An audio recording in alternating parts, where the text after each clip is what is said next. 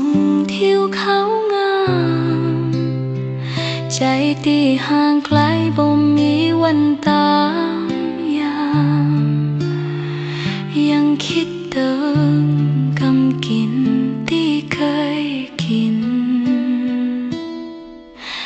ฮักกับเมืองนั้นบุรีที่หูความงามบ่หูอยู่ต่างใดจะเปรียบพาน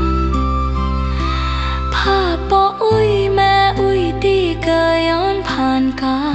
รหีถอยนี้ยังฝังในหัวใจบ่จากไปแม้ตัวเฮาจะไปอยู่ต่างใดในโลกกว้างใจนี้ยังคงผูกนานถิ่นบ้านเกิดไว้บ่หายเวียงวันนั้นคลอนความทรงจำที่เติบตามยังบ่ลืมเวียงแช่แห้งที่เคยอยู่อาศัยเสียงสะล้อสะฟ้อนดังมาอ่อนไหวฮักในประเพณีที่ป่อเฮาเคยทำกลองสะบัดชัยขอจังว่าฮักงามผูกวิญญาณจากหั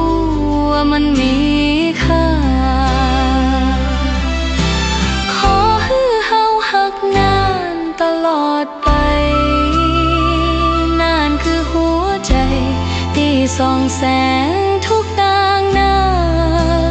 ถึงไปอยู่ที่ไหน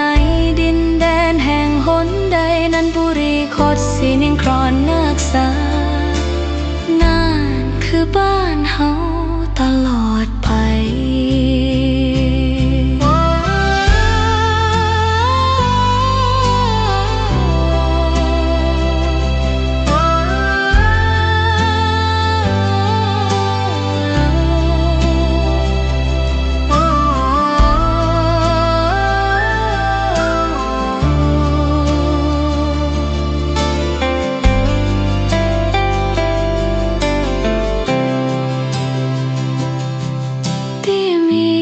กินเนื้อแกงฮังเลใส่หัวหอ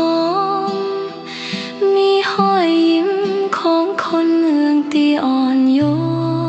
นความสุขง่ายเล่ที่ได้ใจให้เฮาบ่ต้องหันไปต่างใดนั่นคือหัวใจเฮา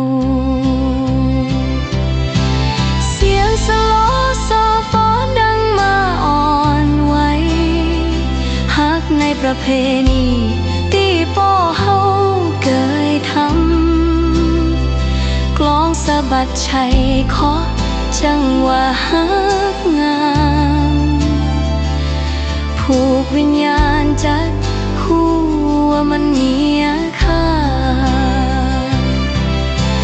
ขอให้เฮาฮักนานตลอดไปนานคือหัวใจที่ส่องแสงทุกต่างหน้าถึงไปอยู่ที่ไหนดินแดนแห่งหนใดนั้นบุรีขอสตรีนึงครอนนักษา